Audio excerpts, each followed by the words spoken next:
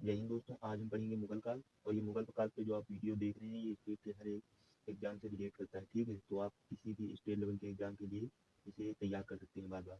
तो सबसे पहले हम देख लेते हैं मुगल काल। ठीक है, मुगल काल का कार्यकाल कितना रहता है? 1526 से 1707 ईस्वी तक। ठीक है, और 1707 से 1858 तक जो है उत्तर मुगल काल रहता है। तो अब बात कर लेते हैं जो भारत में मुगल काल के शासन जो थे उसके संस्थापक कौन थे। तो भारत में जो था मुगल शासन के संस्थापक था बाबर। ठीक है, ये भारत में मुगल शासन का एक संस्थापक जो था वो बाबर था। अब बात कर लेते हैं बाबर का जन्म। तो बाबर का जन्म जो था वो 14 फरवरी यानी वैलेंटाइन डे पैदा हुआ था। कब पैदा हुआ था? 1483 को। कहाँ? तो फरगना के ट्रांस ऑक्सियाना प्रांत में। जो फरगना है वहाँ के ट्रांस ऑक्सियाना जो प्रदेश है या प्रांत कह सकते हैं, वहाँ इसका जन्म हुआ था। किसका? बाबर का। और इसके पिता की हम बात करें, ठीक है, पिता जो इसके हैं वो मिर्जा उमर शेख है।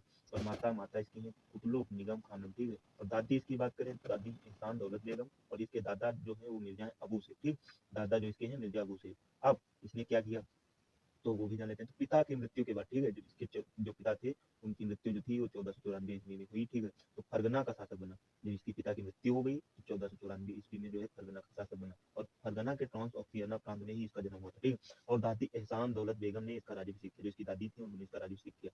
अब आगे क्या हमें देखने को 1504 ईस्वी में काबुल की विजय की। ठीक है, काबुल की विजय कब की? 1504 ईस्वी में।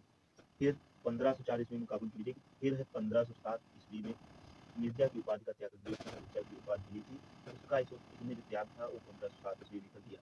और बादशाह या पादशाह, ठीक है, बादशाह या पादशाह की उपाधि धारण करने वाला स्वतंत्रता, इसे बादशाह कहते हैं, बादशाह कहते हैं। ठीक है, तो वही उपाधि धारण करने वाला ये स्वतंत्रता मुगल काल का ही पहला ही काल। ठीक, तो अब बात करते हैं आगे। तो मिलता क्या है? तो 1519 से 1524 के मध्य, ठीक है, 1519 से 1524 के मध्य बाबर ने भारत पर 4 आक्रमण किए। ये जो बाबर था 1519 से लगा के 1524 तक, ठीक है, इसने भारत पे 4 आक्रमण किए। पहला पहला आक्रमण कब किया? तो पहला आक्रमण है बाजोर व भेरा आक्रमण। ठीक है, बाजोर व भेरा आक्रमण जो है 1519 में हुआ। और कहाँ हुआ? तो बहरा के किले को जीतने के लिए पहली बार तोप खाने का प्रयोग किया। ये जो भेरा का किला था उसे जीतने के लिए पहली बार इसने तोप खाने का प्रयोग किया। और 1520 में सियालकोट आक्रमण हुआ। तो ये 4 आक्रमण किए थे, उसमें जो दूसरा था वो सियालकोट के आक्रमण हुआ था। कब? 1520 में। और तीसरा जो है ये यूसुफ जाइयों के विरुद्ध आक्रमण। तो यूसुफ जाइयों के विरुद्ध आक्रमण इसने किया था। कब? तो 1520 से 22 तक। ठीक, यह ध्यान रखिएगा। चौथा जो आखिरी इसने भारत पे आक्रमण किया तो वो है लाहौर व दीपालपुर आक्रमण। कब किया? तो 1524 में। अब बाबर द्वारा लड़े गए प्रमुख युद्ध। पहला युद्ध इसका कौन है? तो पानीपत का युद्ध पहला है। ठीक है, कब हुआ? 1526 में। दूसरा है खानवा का युद्ध। खानवा का युद्ध कब हुआ? तो 1 साल बाद 1527 में। और तीसरा मिलता है चंदेरी का युद्ध। चंदेरी का युद्ध जो है 1528 में हुआ। और घाघरा का युद्ध यानी चौथा युद्ध तो ये 1529 में हुआ। ये एक साल के अंतराल में युद्ध है। पहला जो हुआ पानीपत का युद्ध, इसमें से ज्यादा पूछा जाता है। तो इन चारों युद्धों में बाबर जो था वो अपराजित रहा। ठीक है, मतलब वो हारा नहीं। पानीपत के, ठीक है, अब आगे हम बात करते हैं। तो पानीपत के युद्ध में बाबर ने तुलूना या तुलुमा युद्ध पद्धति यानी चारों तरफ से घेर कर आक्रमण करने की जो तुलमा पद्धति थी उसमें जो थे चारों तरफ से घेर के आक्रमण करते थे। जो ये पद्धति थी वह उस्मानी रूसी विध यानी तोप सजाने के लिए जो उस्मानी थी वो रूसी विध थी। ठीक है, उसमें क्या करते थे? तोप सजाते थे। तोप सजाने की विधि का प्रयोग किया। ठीक है, और फिर इब्राहिम लोदी मारा गया। और इब्राहिम लोदी मारा गया और इसी के साथ भारत में मुगल वंश का शासन स्थापित हुआ। जो इब्राहिम लोदी था वो सल्तनत काल का आखिरी शासक, वो मारा गया इसमें। और यहीं से जो है मुगल काल का शासनकाल प्रारंभ होता है। अब बात करें हम बाबर की। तो बाबर जो है खानवा युद्ध में इसकी क्या होती है? तो खानवा युद्ध में बात करते हैं कहाँ हुआ? तो भरतपुर की रूपा तहसील। ठीक है, कब हुआ? तो 17 मार्च 1527 ईस्वी को हुआ खानवा युद्ध। किसके किसके मध्य हुआ? राणा सांगा वर्सेस बाबर। जो राणा सांगा थे और बाबर, इन लोगों के बीच में हुआ। और खानवा युद्ध में बाबर ने बंदूकों का प्रयोग किया। ठीक है, बंदूकों का प्रयोग किया खानवा युद्ध में। और अंतिम चरणों में सांगा की हार हो गई। मतलब जो अंतिम चरण था उसमें जो राणा सांगा जी थे उनकी हार हो गई। और खानवा युद्ध में क्या मिलता है? इसी युद्ध के दौरान बाबर रानी कर्मावती से मिले। ठीक है, और कर्मावती कौन थी? कर्मावती से मिलने के बाद हिंदू पुत्री कहकर संबोधित किया। और बाबर ने इस युद्ध से पूर्व शराब पीना छोड़ा, बर्तन तोड़े और इस युद्ध को जिहाद यानी धर्म घोषित किया। मतलब ये जो था, ये खानवा का युद्ध जब लड़ने जा रहा था तो इस युद्ध से पहले इसने जो मुस्लिम वर्ग समुदाय के लोग थे उनको ये बहला फुसलाकर शराब पीना छोड़ा और शराब जिसमें बनती थी वो बर्तन तोड़ डाले और इस युद्ध को जिहाद घोषित, मतलब धर्म युद्ध घोषित कर दिया। इस युद्ध को, खानवा वाले युद्ध को। और सैनिकों पर लगाने वाले तमगा कर को माफ कर दिया। ये तमगा कर जो था ये व्यापारी कर था, क्योंकि तमगा कर इसने इसलिए समाप्त किया कि सैनिक भी इसके साथ युद्ध लड़े। और चंदेरी का युद्ध आता है। तो चंदेरी का युद्ध कहाँ हुआ? तो एमपी में हुआ। कब हुआ? तो 28/1/1528 में, यानी चंदेरी का युद्ध जो हुआ था वो मध्य प्रदेश में हुआ था और 28 जनवरी 1528 में हुआ। और चंदेरी का युद्ध में और क्या मिलता है हमें, तो ये किसके मध्य हुआ, तो मेदिनी राय व बाबर के मध्य में हुआ। मेदिनी राय जो थे वो पराजित रहे, बाबर विजय रहा। और घाघरा का युद्ध में मिलता है, ठीक है, तो घाघरा के युद्ध में हमें क्या मिलता है, तो घाघरा नदी के किनारे लड़ा गया, इसीलिए इसे घाघरा का युद्ध कहा जाता है। ये जो ऐसा युद्ध था जो जल व थल में लड़ा जाने वाला युद्ध था, ठीक है, घाघरा का युद्ध जल में भी लड़ा गया और थल में भी लड़ा गया। कब लड़ा गया, तो 6/5/1519 यानी 1529, 6/5/1529 में घाघरा का युद्ध लड़ा गया। अब बाबर द्वारा लड़ा गया अंतिम युद्ध जो है, जो कि बंगाल के शासक जो नुसरत शाह और अफगान सेना और महमूद लोदी के साथ के मध्य लड़ा, ठीक है, साथ नहीं मध्य के लड़ा, मतलब जो कि बंगाल के बाबर द्वारा लड़ा गया अंतिम युद्ध माना जाता है, ठीक है, बंगाल के शासक नुसरत शाह प्लस अफगान सेना प्लस महमूद लोदी के मध्य लड़ाई बीच लड़ा, ठीक है। बाबर इन युद्धों में विजय रहा और पहली बार इस युद्ध में नावों का प्रयोग किया गया था, पहली बार नावों का प्रयोग हुआ। और 26/12/1530 ईस्वी को बाबर की मृत्यु हो जाती है। बात करें इसके जन्म की, तो 14/2/1483 में इसका जन्म हुआ और 26/12/1530 ईस्वी को इसकी मृत्यु हो गई। उसे आगरा के आराम बाग, यानी जो आगरा में आराम बाग है वहां पे स्थित इसको जो है दफनाया गया। परंतु 2 साल बाद हुमायूं ने बाबर की अंतिम इच्छा के अनुसार, जो उसका बेटा था हुमायूं, उसने बाबर की अंतिम इच्छा के अनुसार उसे काबुल में स्थित नूरे अफगान बाग बाबर जिसको कहते हैं, ठीक, उसमें दफन कर दिया, ठीक है। तो ये आपसे यहाँ पे एक क्वेश्चन बनता है कि ऐसा मुगल काल का शासक बताइए जिसे 2 बार दफनाया गया। तो 2 बार किसे दफनाया गया, तो 2 बार यही बाबर था, इसे दफनाया गया। अब बाबर को बाग लगाने का बड़ा शौक था, ठीक है, तो इसने जो था वो काबुल में एक बाग लगाया था, तो उसे बाग बाबर कहा गया, वहीं से दफन कर दिया। अब बाबर की आत्मकथा क्या है, तो बाबर की आत्मकथा का नाम है बाबरनामा, ठीक है। और बाबरनामा जो है तुजुके बाबरी इसको कहते हैं, ठीक है। इसकी रचना इसने स्वयं की थी, मतलब बाबर की आत्मकथा जो थी उसका रचयिता ये स्वयं था और ये तुर्की भाषा में रचना की गई, ठीक है। मुगल इतिहास को जानने का सबसे प्रमाणिक ग्रंथ जो है यही बाबर की आत्मकथा में मिलता है, ठीक है। अब 4 बाग पद्धति का जनक जो था वो बाबर माना जाता है। 4 बाग पद्धति मतलब चारों तरफ दरवाजे, ठीक। और हुमायूं की बात करें तो हुमायूं का जो है कार्यकाल रहता है 1530 से 1556। इसकी माता जो है वो माहम बेग है। खुरासान के सिया सरदार की पुत्री जो है वो माहम बेगम, ठीक है। पिता इसका जो है बाबर है। और अपने पिता की इच्छा अनुसार हुमायूं ने अपने साम्राज्य का विभाजन अपने भाइयों में किया। मतलब जो इसके पिता थे बाबर, वो चाहते थे कि ये जो है हुमायूं ये अपना जो है शासन अकेले नहीं करे, ये अपनी संपत्ति जो है साम्राज्य वो अपने भाइयों में बांटे, ठीक है।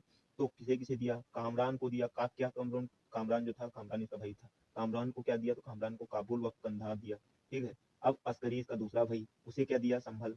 संभल कहाँ है, यूपी में। और हिंदल इसका तीसरा भाई, उसे क्या दिया, मेवात। और ये सुलेमान मिर्जा ये हुमायूं जो था ये अपने चचेरे भाई को भी साम्राज्य विभाजन में शामिल किया और चचेरे भाई जो था उसे बद्स खां अफगान दिया, ठीक है। हुमायूं प्रथम मुगल शासन हुमायूं जो था वो प्रथम मुगल शासक था जिसने गुजरात पर विजय प्राप्त की। ये मुगल काल का प्रथम शासक माना जाता है जो गुजरात पर आक्रमण किया और वहां से विजय प्राप्त की। गुजरात के शासक बहादुर शाह ने चित्तौड़ किलो जो चित्तौड़ का किला था उसे घेरा। कब घेरा, तो 1534-35 में। तो जो वहाँ के शासक, गुजरात के शासक जो थे बहादुर शाह, ठीक है, उन्होंने चित्तौड़ की किले का घेरा डाला, ठीक है। और रानी कर्मावती ने हुमायूं को राखी भेजी, वही रानी कर्मावती जिनको बाबर ने हिंदू पुत्री कहा था। रानी कर्मावती ने हुमायूं को राखी भेजी। हुमायूं नहीं पहुंच पाया, ठीक है, हुमायूं वहां पे राखी लेने नहीं पहुंच पाए। और हुमायूं ने 15 अप्रैल, ठीक है, नहीं 15 अप्रैल नहीं, हुमायूं ने अप्रैल 1535 ईस्वी में, जो 1535 ईस्वी में अप्रैल में, ठीक है, मंदसौर, मंदसौर कहाँ है, एमपी में है, यानी मध्य प्रदेश में, बहादुर शाह को पराजित किया। अप्रैल 1535 में ये एमपी में जो है मंदसौर, वहां पे बहादुर शाह जो था उसे पराजित किया। अब हुमायूं व शेर खां के मध्य संघर्ष, हुमायूं व शेर खां के मध्य संघर्ष। अब ये शेर खान कौन था, तो इसे भी जान लेते हैं। तो 1538 में, ठीक है, 1538 चुनार आक्रमण के समय, जो 1538 में चुनार आक्रमण हुआ था, शेर खान ने भागकर अपने परिवार के साथ, ठीक है, शेर खान ने भागकर अपने परिवार के साथ रोहितालगढ़ जो है, रोहितालगढ़ कहाँ है, बिहार में, रोहितालगढ़ बिहार किले में शरण ली, ठीक है। अब बात कर लेते हैं चौसा का युद्ध की। तो चौसा का युद्ध जो है 1539 ईस्वी में हुआ। कहाँ, अब बात कर लेते हैं आगे क्या हुआ कन्नौज युद्ध में। तो इस युद्ध में शेर शाह सूरी को अंतिम रूप से पराजित कर बादशाह बना, ठीक है। और भारत में द्वितीय अफगान साम्राज्य की स्थापना हुई और हुमायूं को भागने पर बाध्य होना पड़ा। जो हुमायूं जब पराजित हुआ उसे भागने पर बाध्य होना पड़ा, ठीक है। और हुमायूं का निर्वासन काल 1540 से 1555 के मध्य रहता है। और निर्वासन काल के दौरान ही 1541 में हुमायूं ने अपने भाई हिंदल के आध्यात्मिक गुरु, जो हुमायूं था उसने अपने भाई हिंदल के आध्यात्मिक गुरु जो थे मरी यानी मीर बाबा दोस्त किसके, हिंदल जो इसका भाई था उसके आध्यात्मिक गुरु थे, की पुत्री हमीदा बानो बेगम से विवाह किया, ठीक है। और इसी के गर्भ से 15 अक्टूबर 1542 में राणा वीर साल जो था, राणा वीर साल के महल में अकबर का जन्म हुआ, ठीक है। राणा वीर साल के महल में अकबर का जन्म हुआ, कब हुआ, 15 अक्टूबर 1542 में। अब मच्छीवाड़ा युद्ध में क्या है, तो मच्छीवाड़ा युद्ध जो है पंजाब में है, पंजाब में कहा, लुधियाना में। और ये कब हुआ, तो 15/5/1555 में मच्छीवाड़ा युद्ध हुआ। ये किसके किसके मध्य हुआ, तो अफगान जो था नसीब खां या तातर खां, नसीब खां या तातर खां और हुमायूं के मध्य हुआ। इसमें हुमायूं सफल रहा, ठीक है। सफल का मतलब विजय रहा। अब बात कर लेते हैं सरहिंद का युद्ध। सरहिंद का युद्ध जो है 15/6/1555 ईस्वी को हुआ। कहाँ हुआ, फतेहगढ़ पंजाब, ठीक है। और इसमें क्या मिलता है, तो अफगान नेता सिकंदर शाह वर्सेस बैरम खान, जो हुमायूं का सेनापति था बैरम खान, उसके मध्य हुआ सरहिंद का युद्ध। अफगान नेता सिकंदर शाह, ठीक है, और बैरम खान, ये बैरम खान जो था हुमायूं का सेनापति था। और अकबर ने भी इस युद्ध में भाग लिया। ये पहला युद्ध था अकबर का, इसमें अकबर ने भी भाग लिया था। और इसमें क्या हुआ, मुगल जो थे वो विजय रहे, संपूर्ण भारत पर अधिकार हो गया। और इस विजय ने हुमायूं को एक बार पुनः भारत का बादशाह बना दिया। और बात करें 24/1/1556 ईस्वी को हुमायूं दीन पनाह नगर, ठीक है, या शेर मंडल पुस्तकालय की सीढ़ियों से गिर गया। वो जो हुमायूं दीन पनाह नगर में शेर मंडल पुस्तकालय जो था उसकी सीढ़ियों से गिर गया और उसकी मृत्यु हो गई, कब, 26/1/1556 में। अब बात कर लेते हैं लेन पुल की। तो लेन पुल में जो है हुमायूं का अर्थ जो है सौभाग्यशाली इंसान, ठीक है। लेन पुल में जो हुमायूं का अर्थ होता है वो सौभाग्यशाली था, परंतु वह आध्यात्मिक दुर्भाग्यशाली था। जो हुमायूं था वो बहुत ही दुर्भाग्यशाली था, जीवन भर ठोकरें खाता रहा और ठोकर खाकर ही मृत्यु हो गई। ज्योतिष में अत्यधिक विश्वास के कारण, ठीक है, ज्योतिष में अत्यधिक विश्वास के कारण हुमायूं सप्ताह के 7 दिन अलग अलग रंग के वस्त्र पहनता था, ठीक है। जो ये हुमायूं था उसका ज्योतिष में बहुत ही विश्वास था, इसीलिए वो 7 दिन अलग अलग वस्त्र पहनता था। और दीनपनाह नगर की स्थापना हुमायूं ने 1534 से 35 ईस्वी के दौरान की है, ठीक है। अब बात कर लेते हैं हुमायूं का मकबरा की। तो हुमायूं का मकबरा कहाँ है, तो दिल्ली में है। अकबर के काल में की प्रथम इमारत है, ठीक है। निर्माण इसका किसने करवाया, तो निर्माण इसका अकबर की सौतेली माता जो थी हाजी बेगा बेगम, उन्होंने हुमायूं का मकबरा का निर्माण करवाया। वास्तुकार इसके मीरग मिर्जा गयास थे, ठीक है। और इसे पहली बार दोहरे गुंबद का प्रयोग किया गया, जिसमें 2 गुंबद, ठीक है, इसमें पहली बार दोहरे गुंबद का प्रयोग किया गया। और ताजमहल का पूर्वगामी माना जाता है इसे, किसे, हुमायूं का मकबरा को, ठीक है। परंतु स्वतंत्र चार मीनार जो है नहीं, स्वतंत्र चार मीनार नहीं है। अब यहीं से कार्यकाल चालू होता है शेर शाह सूरी का, ठीक है। शेर शाह सूरी का 1540 से 45 तक। तो द्वितीय अफगान साम्राज्य का संस्थापक जो है शेर शाह सूरी है। अब इसके जन्म की बात करें तो जन्म इसका 1472 ईस्वी में हुआ, ठीक है। कहाँ हुआ, बैजवाड़ा के होशियारपुर में हुआ जन्म, ठीक है। अब कानूनगो के अनुसार इसका जन्म जो था वो 1486 में हुआ, मगर लिखित में हमें 1472 ही मिलता है। बचपन का नाम जो है शेरशाह सूरी का फरीद था। और ये जो था बहार खां यानी बहार खां लोहानी ने फरीद को शेर खां की उपाधि प्रदान की थी। बहार खां लोहानी जो थे वो बिहार के थे। तो बाबर ने शेर खां को चालाक अफगान कहकर पुकारा। जो बाबर थे हुमायूं के पिता, उन्होंने जो था शेर शाह सूरी को चालाक अफगान कहकर पुकारा। शेर शाह का अंतिम अभियान जो था 1545 ईस्वी को कालिंजर अभियाना, ठीक है। शेर शाह सूरी का अंतिम अभियान 1545 ईस्वी में कालिंजर अभियान था, जो कि चंदेल शासक कीरत सिंह के विरुद्ध माना गया, ठीक है। जो चंदेल शासक कीरत सिंह थे उनके विरुद्ध था। और इसी अभियान के दौरान उक्का नामक प्रेजपात यानी प्रेजपात मतलब अस्त्र, उक्का नामक अस्त्र चलाते समय बारूद के ढेर में लगी आग लगने के कारण शेर शाह सूरी की मृत्यु हो गई। अब बात कर ले शेर शाह सूरी का जो मकबरा है वो कहाँ है, तो शेर शाह सूरी का मकबरा सासाराम बिहार में बना हुआ है। कनिंघम महोदय ने इस मकबरे को ताजमहल से भी सुंदर माना है। तो कनिंघम थे भारतीय पुरातत्व सर्वेक्षण विभाग के जो जनक थे कनिंघम महोदय, तो उन्होंने इस ताजमहल जो था इस मकबरे को ताजमहल से भी सुंदर माना है। और मलिक मोहम्मद जायसी ने पद्मावत ग्रंथ की रचना में शेर शाह के शासनकाल की व्याख्या की है। और अब बात कर लेते हैं हम अकबर की। तो अकबर का कार्यकाल चालू होता है 1556 से 1605 ईस्वी तक। इसका जन्म जो था अकबर का 15 अक्टूबर 1942 को हुआ था। पूरा नाम इसका जलालुद्दीन मोहम्मद अकबर था। और इसका जन्म कहाँ हुआ, तो अमरकोट में हुआ। माता इसकी हमीदा बानो बेगम, जो मरियम मकानी इनकी उपाधि थी हमीदा बानो बेगम की, और पिता इसके हुमायूं थे। अकबर का संरक्षक जो था बैरम खां था, ठीक है, बैरम खां या इसी को खान बाबा कहा जाता है। अब बात करें हुमायूं के मृत्यु के समय की, तो हुमायूं के मृत्यु के समय अकबर का हुमायूं की मृत्यु के समय अकबर कलानौर पंजाब में था, ठीक है। वहीं पर बैरम खां 14/2 यानी 14 फरवरी को 1556 ईस्वी को अकबर का राज्याभिषेक किया, वैलेंटाइन डे वाले दिन। बैरम खां को जो है 14/2/1556 ईस्वी को अकबर का राज्याभिषेक किया। परंतु अभियान, ठीक है, प्रमुख अभियान इसकी क्या है, तो प्रमुख अभियान में पानीपत का द्वितीय युद्ध है वो मिलता है। तो पानीपत का द्वितीय युद्ध कब हुआ, 5 नवंबर 1556 ईस्वी को हुआ। कहाँ हुआ, तो हेमू वर्सेस अकबर के मध्य हुआ, ठीक है। और आदिल शाह जो हेमू था वो आदिल शाह सूरी का सेनापति व वजीर था, आदिल शाह सूरी व सेनापति का वजीर था। और हेमू ने दिल्ली पर आक्रमण कर हुमायूं का सूबेदार जो था तारदी भंग को पराजित किया और स्वयं को सम्राट घोषित कर दिया तथा विक्रमादित्य की उपाधि धारण की।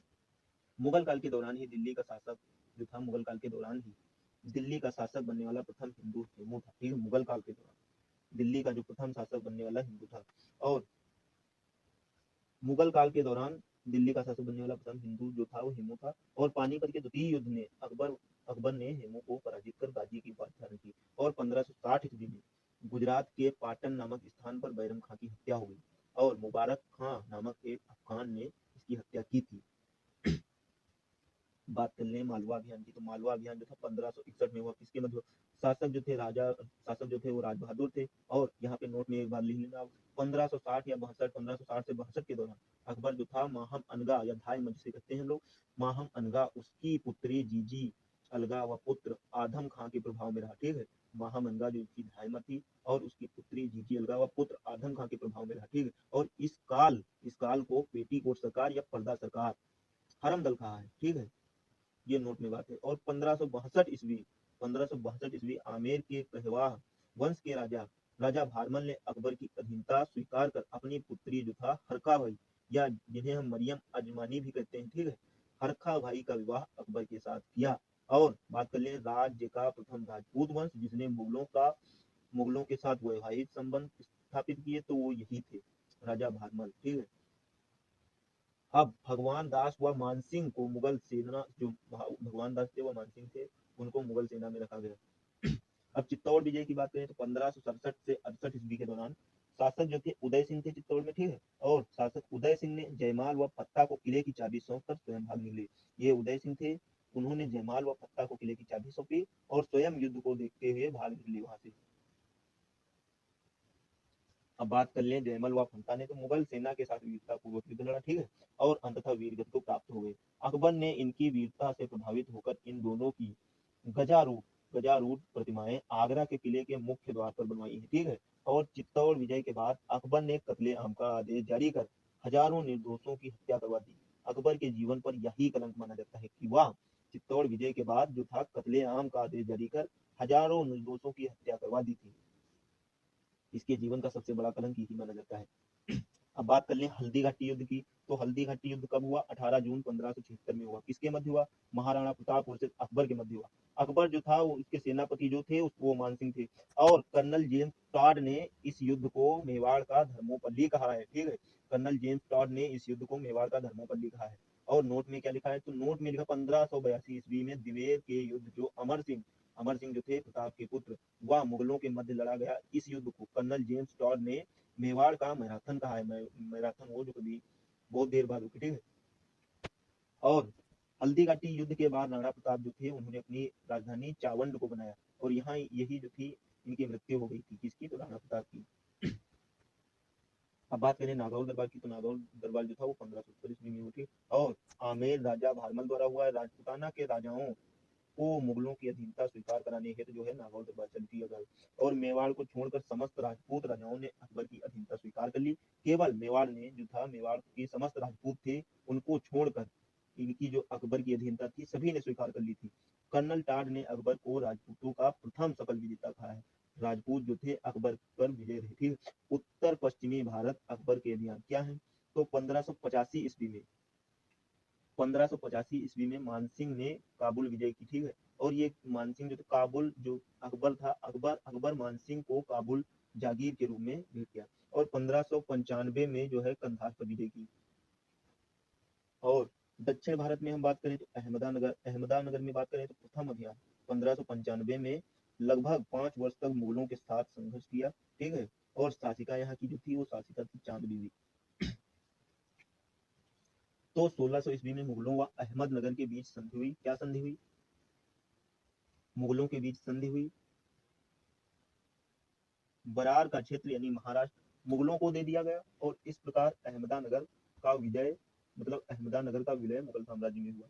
असीरगढ़ अभियान कहाँ हुआ? तो बुरहानपुर, एमपी में जो है, मध्य प्रदेश में बुरहानपुर में हुआ असीरगढ़ अभियान। अकबर के जीवन का अंतिम अभियान है ये। इसमें अकबर जो था स्वयं गया था। शासक कौन थे? तो शासक मीर बहादुर जो थे, मीरन बहादुर जो थे, उनको पराजित कर दिया अकबर ने, ठीक है। और किले के प्रवेश द्वार को सोने की चाबियों से खोला गया। किले का जो प्रवेश द्वार था उसे सोने की चाबियों से खोला गया। 25 अक्टूबर 1605 ईस्वी को अकबर की मृत्यु हो जाती है। कैसे होती है? तो पेचिस रोग जो होता है, पेचिस रोग, उसके कारण 25 अक्टूबर 1605 ईस्वी को अकबर की मृत्यु हो जाती है। और ठीक है, उसके बाद उसकी मृत्यु जो थी, उसके बाद अर्श आसियानी यानी स्वर्ग का निवासी उसे कहा गया, अर्श आसियानी। अकबर का मकबरा की बात करें तो निर्माण इसका जहांगीर द्वारा करवाया गया है। और ये अकबर का मकबरा कहाँ है? तो सिकंदराबाद जो है, सिकंदराबाद या आगरा में है, ठीक है। अकबर का मकबरा जो है, और इसकी बनावट बौद्ध विहार जैसी है, ठीक है। गुम्बद विहीन है, केवल 4 सुंदर मीनारे हैं। जो बौद्ध विहार होते हैं वैसी इसकी बनावट है, गुम्बद जो नहीं है, जो बाकी हमें मीनारों में देखने को मिलती है वैसी जो है गुम्बद विहीन है, मतलब गुम्बद नहीं है इसमें। अब बात कर लें अकबर काल की प्रमुख घटनाएं। तो वर्ष जो है 1562 ईस्वी में दास प्रथा पर रोक लगा दी गई, ठीक है। अकबर के काल की जो है प्रमुख घटनाएं है ये। 1563 ईस्वी में तीर्थ यात्रा कर और समाप्त तीर्थ यात्रा का जो था उसे समाप्त कर दिया गया और सती प्रथा पर रोक लगा दी गई। और 1564 ईस्वी में क्या हुआ? तो जजिया कर समाप्त हो गया, ठीक है। और जजिया कर जो था औरंगजेब ने पुनः प्रारंभ कर दिया। ये जजिया कर जो ऐसा था कि हिंदुओं से लिया जाने वाला कर था, मुस्लिमों को छोड़ के। 1571 ईस्वी में जो था फतेहपुर सीकरी की स्थापना की गई, ठीक है। अकबर ने फतेहपुर सीकरी की स्थापना की गई और फतेहपुर सीकरी मतलब यहीं पर गुजरात विजय के उपलक्ष्य में बुलंद दरवाजा का निर्माण हुआ। कहाँ हुआ? तो फतेहपुर सीकरी में। 1574 व 75 में गुप्तचर विभाग की स्थापना हुई और 1574 में घोड़े दागने का हुलिया रखने की प्रथा प्रारंभ हुई और 1575 में मनसबदारी व्यवस्था प्रारंभ हुई अकबर के काल में। 1575 में ही फतेहपुर सीकरी में इबादत खाने की स्थापना हुई और 1577 में क्या हुआ? 1577 में सिख गुरु रामदास को 500 बीघा जमीन दान में दे दिया और अमृतसर जो नगर था उसे बसाया। अमृतसर नगर जो था उसे अकबर ने बसाया था। 1578 अकबर ने नहीं, अकबर जो गुरु रामदास को जमीन दिया था 500 बीघा, वहीं पर जो गुरु रामदास ने अमृतसर नगर को बसाया, ठीक है। 1578 में जो है 1578 में क्या होता? तो इबादत खाने को धार्मिक मंत्रण हेतु सभी धर्मों हेतु खोला गया। इबादत खाना जो था धार्मिक मंत्रण हेतु सभी धर्म आ सकते हैं उसमें, यही इसीलिए खोला गया। और 1579 में क्या होता है? तो मजहर की घोषणा। मजहर की घोषणा में क्या मिलता है? अकबर ने धार्मिक मामलों को अपने आप को सर्वोच्च बताया है, इसमें मजहर की घोषणा। अब हम आगे बात कर लें तो 1578 में क्या मिलता है? 1578 में मिलते हैं संपूर्ण साम्राज्य को 12 सूबों यानी राज्य प्रांत, 12 सूबों यानी राज्य प्रांत, राज्य जिसे हम कहते हैं 12 राज्यों में या सूबों में विभाजित किया। इसका उल्लेख हमें कहाँ मिलता है? तो उल्लेख जो है अबू फजल द्वारा मिलता है, कहाँ? आईने अकबरी में मिलता है, ठीक है। और संपूर्ण साम्राज्य मतलब संपूर्ण मुगल काल में सर्वाधिक सूबे औरंगजेब ने स्थापित किए हैं। सूबे मतलब जो है आप समझते हैं राज्य और प्रांत। और 1582 ईस्वी में इबादत खाने की बहस पर रोक लगा दी गई। 1582 ईस्वी में ही एक नवीन धर्म दीन इलाही की घोषणा की गई। दीन इलाही एक नवीन धर्म मतलब नया धर्म, और इसकी जो नवीन धर्म दीन इलाही थी, इसकी सर्वप्रथम महेश दास ने इसे स्वीकारा है। दीन इलाही धर्म को महेश दास को ही हम बीरबल के नाम से जानते हैं। अकबर बीरबल की बहुत ही कहानियां प्रचलित है, उनका असली नाम जो था महेश दास था। अब 1583 में हम बात करें तो इलाही संवत, ठीक है, इलाही संवत नामक या कैलेंडर जारी किया। जो इलाही संवत था नामक नया कैलेंडर जारी किया। इलाही संवत जो था, इलाही संवत नाम का एक कैलेंडर था, उसे जारी किया। और 1583 ईस्वी में पशु वध पर रोक लगा दी, मतलब जैसे गौ हत्या हो गई, पशु वध पर रोक लगा दी। और अकबर की धार्मिक नीति सुलह ए कुल की नीति थी, ठीक है। नोट क्या मिलता है? तो BIC जिसे हम ब्रिटिश ईस्ट इंडिया कंपनी भी कहते हैं, BIC की स्थापना अकबर के काल में हुई। ब्रिटिश ईस्ट इंडिया कंपनी की स्थापना अकबर के काल में हुई। अकबर के नवरत्न कौन थे? तो अकबर के नवरत्न थे मुल्ला दो प्याजा, दूसरा है हमीम हुमायूं, तीसरे हैं जो है अब्दुल रहीम खाने खाना, चौथे पे अबुल फजल आ जाते हैं, पांचवें पर राजा टोडरमल और छठे पे बीरबल या महेशदास, ठीक है। सातवें पर फैती, आठवें पर तानसेन और नौवें पर मानसिंह जो थे। तानसेन जो थे वो कंठाभरण वाणी विलास की उपाधि धारण की थी, इसमें तानसेन ने। अब यही से बात करते हैं जहांगीर की। तो जहांगीर के जन्म की बात करें तो इसका कार्यकाल पहले देख लेते हैं। कार्यकाल इसका है 1605 ईस्वी से 1627 ईस्वी तक। और इसके जन्म की बात करें तो 30/8/1569 जो था उसमें इसका जन्म हुआ, 30/8/1569। इसकी आत्मकथा क्या है? तुजुके जहांगीरी। तुजुके जहांगीरी जो है फारसी भाषा में लिखी गई है। और इसके बचपन का नाम देख लें तो इसके बचपन का ही नाम सलीम था। जहांगीर के बचपन का नाम ही सलीम था। और इसकी पत्नी की बात करें तो पत्नी इसकी मानबाई, ये आमेर की राजकुमारी थी मानबाई, ठीक है। उनकी उपाधि क्या थी मानबाई की? तो उपाधि थी शाह बेगम की। और मानबाई जो था, मानबाई की पुत्र है वो खुसरो। खुसरो जो है पुत्र वो मानबाई का है। और मारवाड़ के राजा उदय सिंह की पुत्री जोधाबाई, जिन्हें हम जगत हुसैन के नाम से जानते हैं। जोधाबाई की उपाधि क्या थी? तो उपाधि थी इनकी मल्लिकाए जहां। मल्लिकाए जहां उपाधि थी जोधाबाई की। ये जोधाबाई जो थी वो मारवाड़ के राजा उदय सिंह की पुत्री थी, ठीक है। उपाधि और जोधाबाई का पुत्र देख ले तो इनका पुत्र है खुर्रम, जिसे हम शाहजहां कहते हैं, ठीक है। 3 नवंबर 1605 ईस्वी को सलीम सलीम का राज्याभिषेक हुआ। कहाँ हुआ? आगरा के किले में जहांगीर के नाम से बादशाह बना। मतलब ये सलीम जो था उसका 3 नवंबर 1605 ईस्वी में राज्याभिषेक हुआ और आगरा किले में जहांगीर के नाम से बादशाह बना। जहांगीर ने शासन काल में बनते ही 12 घोषणाएं प्रकाशित करवाई, जिन्हें आईने जहांगीरी कहा जाता है। अब बात कर लेते हैं खुसरो का विद्रोह। खुसरो का विद्रोह मतलब अप्रैल 1606। खुसरो का विद्रोह क्या था? और ये खुसरो जो था मानबाई का पुत्र था। और इसने क्या विद्रोह किया? तो पांचवें सिख गुरु जो थे अर्जुन देव से आशीर्वाद लेकर विद्रोह किया। पांचवें जो सिख गुरु अर्जुन देव थे उनसे आशीर्वाद लेकर विद्रोह किया। कौन? खुसरो। खुसरो किसका पुत्र था? मानबाई का पुत्र था, ठीक है। और जहांगीर सिख गुरु पर राजद्रोह, जो जहांगीर था वो राजा था, ठीक। जहांगीर ने सिख गुरु पर राजद्रोह का आरोप लगाया और 2 लाख दंड व 30/5/1606 को इन्हें मृत्यु दंड दे दिया। जहांगीर ने खुसरो को अंधा कर दिया, ठीक है, क्योंकि खुसरो जो था वो जहांगीर का भाई था, इसीलिए उसे मृत्यु दंड न देकर उसे अंधा कर दिया। और 1622 ईस्वी में बुरहानपुर के किले में खुर्रम ने खुसरो को मार दिया। खुर्रम ने खुसरो को मार दिया। अब खुर्रम की बात हम आगे करेंगे। तो जहांगीर का मकबरा जो था, कहाँ है जहांगीर का मकबरा? लाहौर में। लाहौर में कहाँ? तो शहादरा नामक स्थान। और ये कहाँ है? तो रावी नदी के तट पर है। और एतमादुद्दौला का मकबरा कहाँ है? आगरा में है। आगरा में कहाँ? एतमादुद्दौला का आगरा आगरा में मकबरा है, ठीक है। और मुगल काल में जो है, मुगल काल सफेद संगमरमर से निर्मित प्रथम इमारत कौन है? तो एतमादुद्दौला का मकबरा। और प्रथम इमारत निर्माण नूरजहां ने अपने पिता के लिए, जो नूरजहां थी उन्होंने अपने पिता के लिए मिर्जा गयास बेग की याद में बनवाया था। और मुगल काल की प्रथम इमारत जिसमें पित्रा डिडौरा का प्रयोग किया गया। पित्रा डिडौरा जो है आप गूगल कर सकते हैं, एक टाइप के पत्थर होते हैं, ठीक है, आपको पता चल जाएगा, आपने देखा भी होगा। और नूरजहां की बात करें तो नूरजहां जो है इनके पिता हैं मिर्जा गयास बेग, माता इनकी है आसमत बेग। असमत बेग जो है गुलाब से इत्र बनाने की भी आसमत बेगम जो को आती थी, ठीक। नूरजहां को था नूरजहां जुंटा, यानी 1612 ईस्वी में नूरजहां प्लस एतमादुद्दौला प्लस खुर्रम, जिसे जुंटा कहा गया। शाहजहां ने फिरोज शाह तुगलक द्वारा निर्मित नहरे साहिब, जो हमने पिछले वीडियो में बताया था, नहरे साहिब का निर्माण फिरोज शाह तुगलक ने करवाया। और शाहजहां ने इसी नहर की मरम्मत करवाई और इसका नाम बदलकर नहरे शाह रख दिया, ठीक है। इसका नाम बदलकर नहरे शाह रख दिया।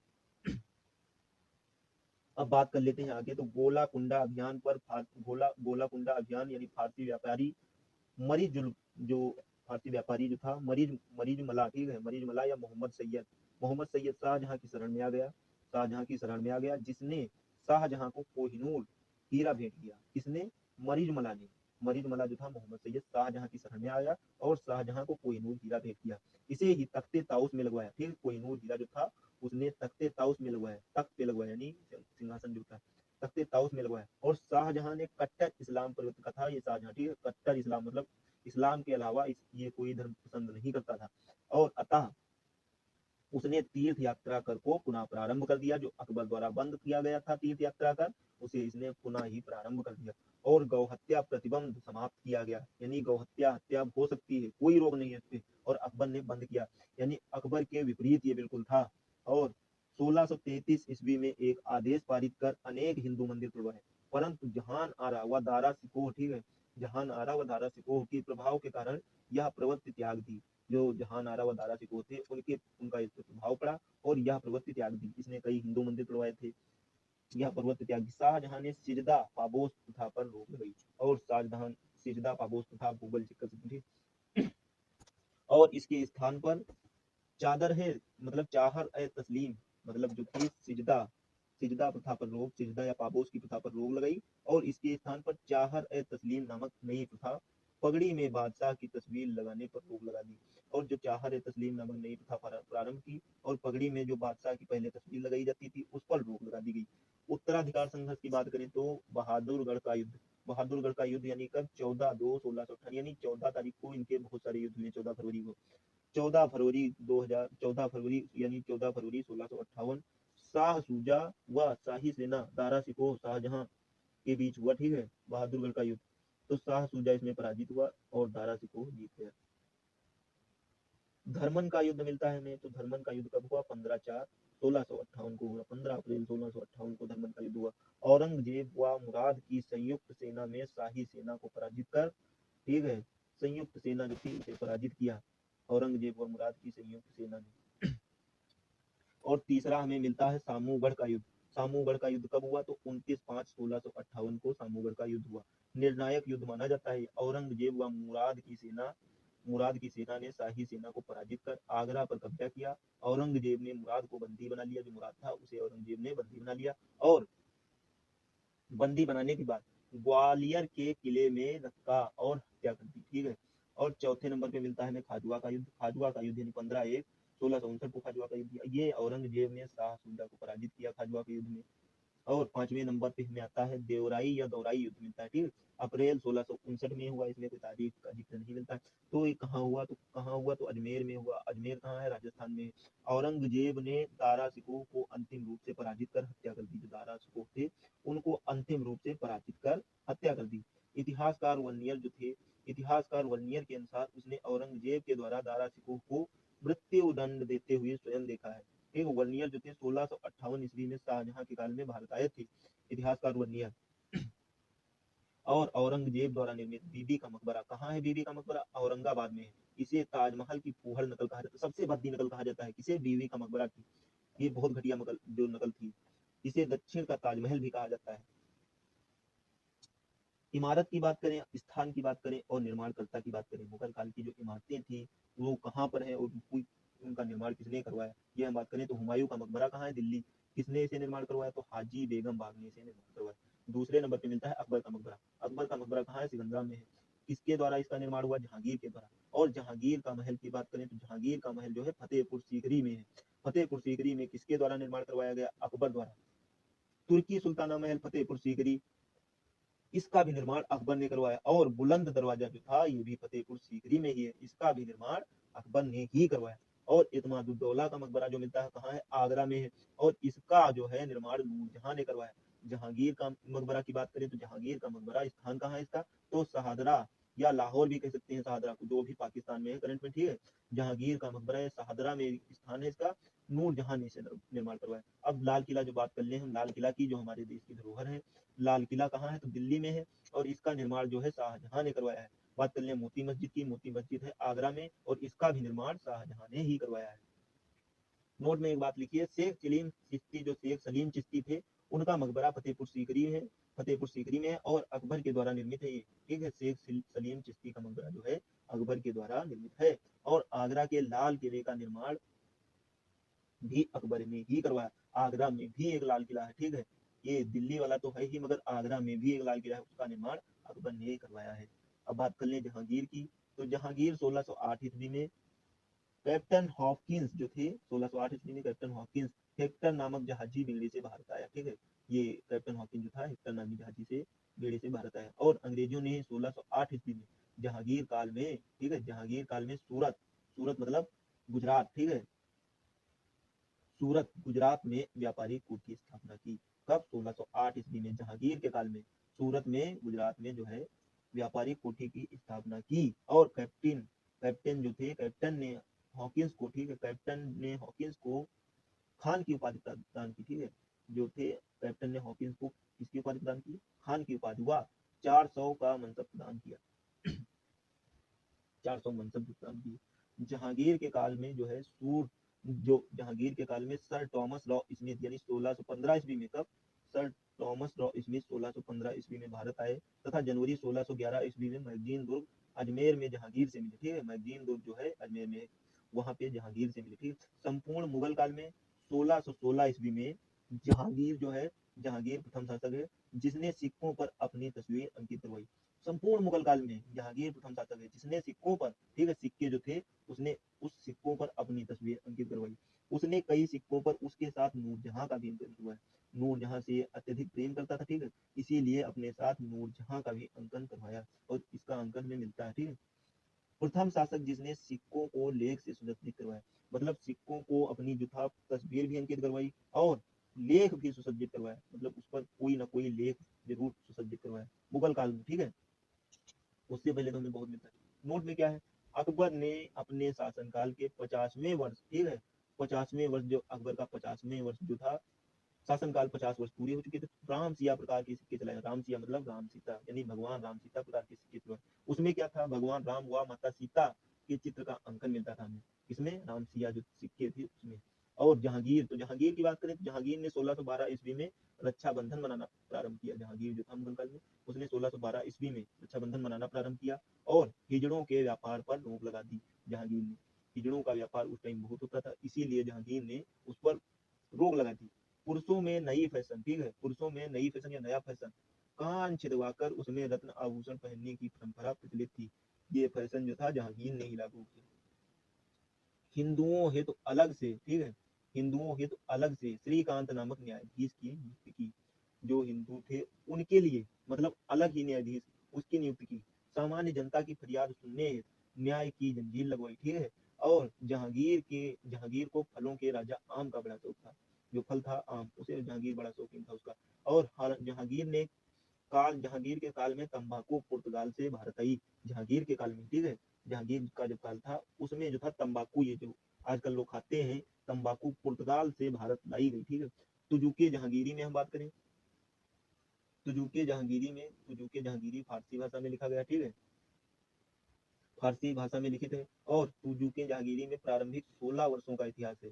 किसने, तो स्वयं जहांगीर द्वारा इसका 16 वर्षों का इतिहास है, ठीक है। तुजुके जहांगीरी में अगले 3 वर्षों का इतिहास, ठीक है, अगले 3 वर्षों का इतिहास मुतमिद खां द्वारा है, ठीक है। मुतमिद खां जो थे उन्होंने अगले 3 वर्षों का इतिहास तुजुके जहांगीरी में दिया है। और तुजुके जहांगीरी, जबकि इसे पूरा करने का श्रेय मोहम्मद हादी को जाता है, ठीक है, इसे पूरा करने का श्रेय मोहम्मद हादी को जाता है। जहांगीर काल का, ठीक है, जहांगीर का काल मुगल चित्रकला का स्वर्णिम युग कहा जाता है। जहांगीर का काल जो था वो मुगल चित्रकला का स्वर्णिम युग कहा जाता है, ठीक है।